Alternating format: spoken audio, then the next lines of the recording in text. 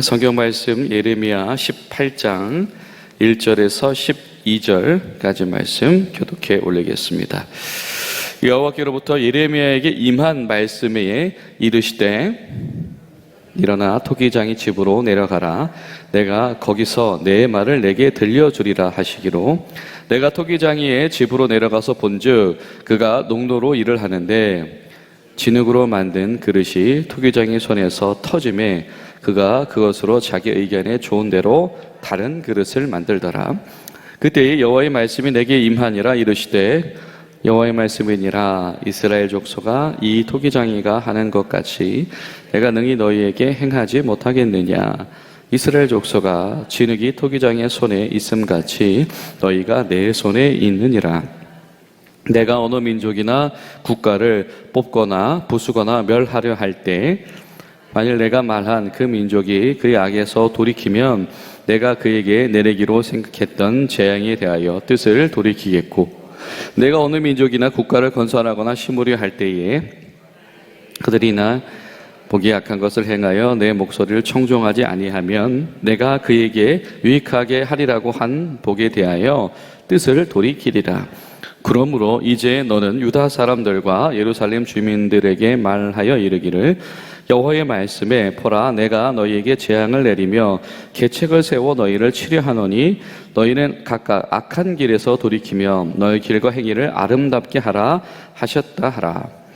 그러나 그들이 말하기를 이는 헛되니 우리는 우리의 계획대로 행하며 우리는 각기 악한 마음에 완악한 대로 행하리라 하느니라.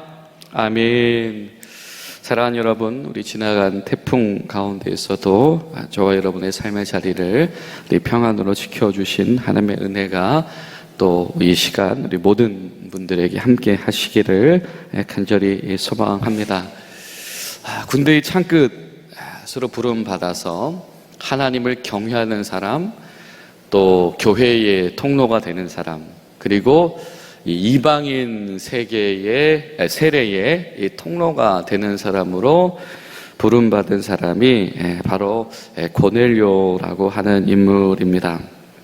고넬료는 표본이 되는 사람입니다. 무슨 표본입니까? 이방인에게도 하나님 안에서의 세례가 베풀어지는구나, 혹은 이방인에게도 세례가 필요하다라고 하는 겁니다. 처음 교회의 방향성, 그냥 우리들만의 잔치가 아니고 예루살렘과 온 유대와 사마리아와 땅끝까지 이르러 교회를 세워나가시는 그 주님의 부르심 가운데, 전도와 이 선교의 이 필요성 가운데에 중요한 이 표본과 통로가 되는 사람이 바로 고넬료였다라고 하는 겁니다. 고넬료는 주님께 이 사랑받는 자의 표본이기도 했습니다. 주님께서는 이 고넬료를 주님의 목적대로, 주님의 의도대로 부르시고 그리고 사랑으로 구체적으로 개입하셔서 그의 인생의 방향성을 바꾸어 주셨죠. 하나님의 말씀대로 고넬료는 요바에 있는 베드로를 초청하고 그리고 그를 통해서 이 복음의 메시지와 그리고 세례의 은혜를 나누게 되었습니다. 그런데 여러분, 그 장면을 보면 이 고넬료가 자신만 이렇게 그 기쁨의 자리로 나아가는 것이 아니고 사람들을 초대하고 있다라고 하는 사실을 우리가 주목할 수가 있습니다. 자신의 가족들을 초대하고 있고요, 자신의 친구들을 초대하고 있습니다. 그리고 고넬료에게 초대받은 그들도 역시 이 하나님을 경외하는 길 가운데로 열린 문을 경험하게 되어집니다. 여러분, 너무 놀랍지 않습니까? 고넬료가 어떤 사람들이었기에, 여러분 분명히 고넬료의 친구들이다라고 한다면, 고넬료의 가족이라고 한다면 최소한 이 코넬리 가문과 연관되어져 있었던 사람인데, 그렇다라고 한다면 그들의 모든 삶의 배경, 이 정신사적인 배경은 로마의 것에 훨씬 더 가까웠을 겁니다. 그런데 고넬료가 어떤 사람이었기에 고넬료가 초청할 때에 그들이 복음 앞에 나왔는가? 고넬료가 어떤 사람이었기에 그들이 세례의 기쁨에 동참할 수 있었겠는가라고 하는 것이죠. 이 고넬료라고 하는 사람이 가지고 있는 이 특별함이라고 하는 것은 결코 작지가 않았을 겁니다. 여러분, 우리 고넬료들을 위해서 기도하면서, 우리 기독군인들을 위해서 기도하면서 그런 은혜, 그런 긍휼, 그런 하나님의 주신 이 다스리심과 성품이 열려지게 되기를 간절히 소망합니다. 우리 고넬료들이 어떤 사람이기에, 우리 기독군인들이 어떤 사람이기에, 그분들 때문에, 그 사람들 때문에 이 복음의 통로가 열려지는 사람들, 그 사람들이 어떤 사람이기에 그를 신뢰하고 그가 초청하는 이 은혜의 메시지에 함께 동참하게 하는 사람들, 그리고 하나님께 이 받은 사랑을 혼자 담지 않고 그 고넬료 때문에 그 주님의 긍휼이 공유되게 하는 사람들. 여러분, 우리 기독군인들의 삶의 현장 가운데에 반드시 그런 은혜가 있게 되기를 간절히 소망합니다. 그런데 오늘 말씀 속에서 등장하고 또 책망받는 예루살렘은 그와 반대이지요. 이 하나님의 의도대로 되지 않는 이들, 하나님의 의도를 따르지 않는 이들, 그래서 하나님 앞에서 책망받을 수밖에 없는 이들에 대한 안타까움이 드러나고 있습니다. 하나님께서 예레미야라고 하는 한 사람을 토기장이의 집으로 보내십니다. 그리고 그곳에서 관찰하게 하고 그곳을 통해서 발견된 메시지를 전파하게 하시지요. 그것은 무엇입니까? 이 진흙 덩어리를 이 물레 위에 돌리다가 보면 이 그릇이 되어지는데, 근데 그 그릇을 손에 쥐었던 토기장이, 이 주인이 그릇을 보고 그 결과물을 보고 어떻게 하냐면 던져서 깨뜨리곤 새로 만들곤 하더라라고 하는 겁니다. 6절 말씀을 보면 이스라엘 족속아, 이 토기장이가 하는 것 같이 내가 능히 너희에게 행하지 못하게 했느냐? 이스라엘 족속아, 진흙이 토기장이 손에 있은 같이 너희가 내 손에 있느니라. 지금 이 나라, 이 예루살렘 성전, 시온산 백성, 이 성전 공동체가 여기까지 오기까지 사실 그것을 인도하시는 분은 하나님이셨는데, 그 하나님 손에서 빚어지고 세움받고 지음받게 되어져 있는데, 그런데 그 하나님의 부르심과 하나님의 의도와 목적을 상실해 버리고 그에 부합하지 않는 삶의 방향성을 추구하는 이들에 대한 안타까움이 있다라고 하는 겁니다.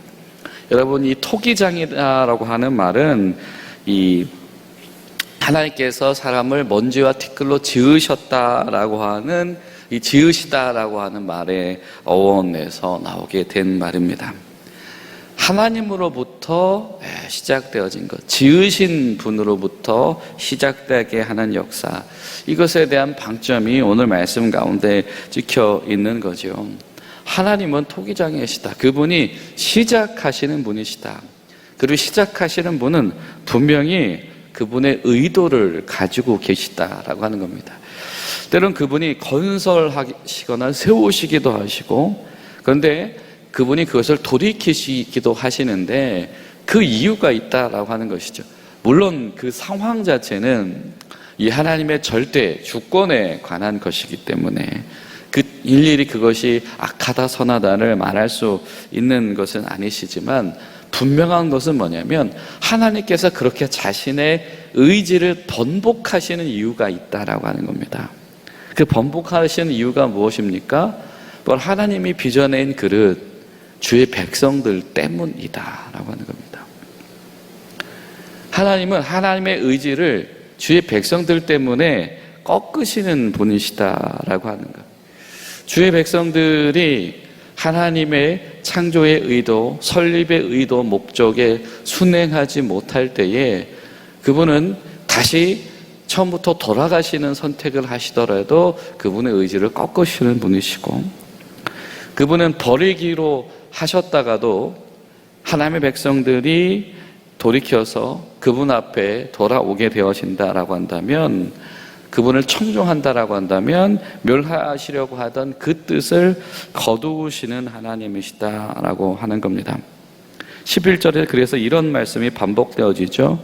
너희가 돌이킨다면 너희가 각기 악한 길에서 돌이킨다면, 그래서 너희 길과 행위를 아름답게 하라 하셨다 함을 듣는다라고 한다면 하나님께서 충분히 돌이킬만 하다. 하나님은 주의 백성들이 하나님의 형상을 담은 이들이 하나님의 의도대로 나아가는 것을 원하시는 바로 그런 하나님이시다라고 하는 겁니다. 사실 성경에서는 이런 것들이 때로는 반복되어집니다. 하나님의 어떤 거룩한 포기라고 할까요? 아브라함에게도 마찬가지였죠. 하나님께서 그분의 성품의 일부를 보여주십니다. 그래, 아브라함아, 네 말 알았다. 만약에 의인이 그렇게 소수라도 있다면 그 의인 때문에 그 악의 성읍이 다시 한번 기회를 얻게 될 것이다. 하나님께서 집중하시는 사람들이 있다라고 하는 것이죠. 하나님의 이유가 되는 사람. 여러분, 하나님의 부름받은 주님의 백성, 교회 공동체는 하나님의 일하심의 이유가 되는 사람입니다. 하나님께서 책망하신다라고 한다면 그것은 주의 백성들로 인하여 시작된 책망이 될 것이며, 하나님께서 긍휼을 베푸신다라고 한다면 주의 백성들로부터 시작되어지고 희망이 보여지게 되는 바로 그러한 긍휼이다라고 하는 것. 여러분, 우리가 기도하실 때 우리 교회가 하나님이 긍휼을 나타내시는 이유가 되는 공동체 되게 하시옵소서. 우리 교회가 하나님께서 은혜의 해를 회복하시고 시작하시는 이유가 되는 그런 교회 되게 하시옵소서. 우리가 그런 마음으로 함께 기도할 수 있기를 바랍니다. 사실 토기장이신 그분은 너무 잘 아시지요. 12절에 보면 이렇게 말씀합니다. 그러나 그들이 말하기를 이는 헛되니 우리는 우리의 계획대로 행하며 우리는 각각 악한 마음이 완악한 대로 행하리라 하느니라. 심지어 하나님은 그들이 어떻게 반응할지를 알고 계시는 분이시다. 왜? 그분이 조성자이시기 때문에 모를 수가 없는 것이죠. 그런데 하나님께서는 그럼에도 불구하고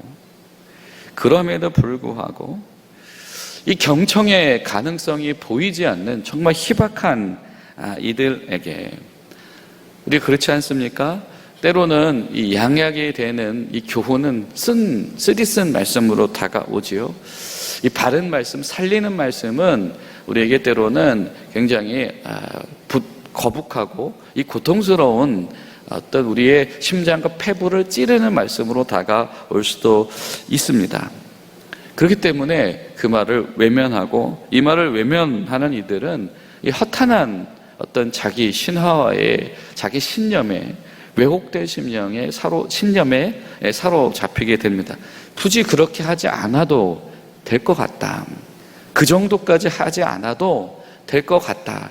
그 정도까지 안 했는데, 근데 크나큰 어떤 치명적인 어떤 위험이 도래하지 않더라라고 하는 자기 경험의 이 신화에 빠지게 되어진다라고 하는 것이죠. 하나님 보시기에 이런 이들의 모습이 여러분 얼마나 안타깝겠습니까? 그런데 오늘 말씀 속에 선지자를 통해서 지금 이 토기장의 모습을 통해서 태어나신 하나님은, 그래서 마땅히 깨뜨릴만 한데 하나님은 깨뜨리지 않을 이유, 버리지 않을 이유를 지금도 찾고 계시다. 이것이 바로 하나님의 긍휼이다라고 하는 것이죠. 여러분, 그렇기 때문에 하나님께서 우리에게 예수 그리스도 십자가의 복음을 우리에게 허락하신 줄로 믿습니다. 하나님이 버리시지 않을 이유, 하나님께서 사랑을 끊지 않으실 이유를 계속해서 지금 찾고 계시다라고 하는 것이죠. 그리고 그 하나님의 의도와 의지에 부합하는 통로가 되었던 사람 중에 하나가 다름 아닌 바로 이 고넬료다라고 하는 사람. 아마 이 고넬료가 자기가 이 마을을 권면할 때에 친구들과 지인들을 초청할 때에 하나님께서 얼마나 기쁘셨을까. 하나님을 알지도 못할 법한 저런 족속들 가운데 주님의 제자들은 우리가 언제 땅끝까지 선교할 수 있을까, 이런 막연한 상상을 하고 있을 그 시절에 이미 하나님께서는 이 고넬료에게 개입하셔서 복음과 복음이 맞닿게 하시고 은혜와 은혜가 맞닿게 하시고 긍휼을 입은 자와 긍휼을 입은 자가 맞닿게 하시는 그 일을 준비하고 계셨다라고 하는 것이죠. 여러분, 오늘 하루 우리가 이 은혜 가운데에 동참하고 감격하는 복된 하루 되시기를 예수님의 이름으로 축복합니다.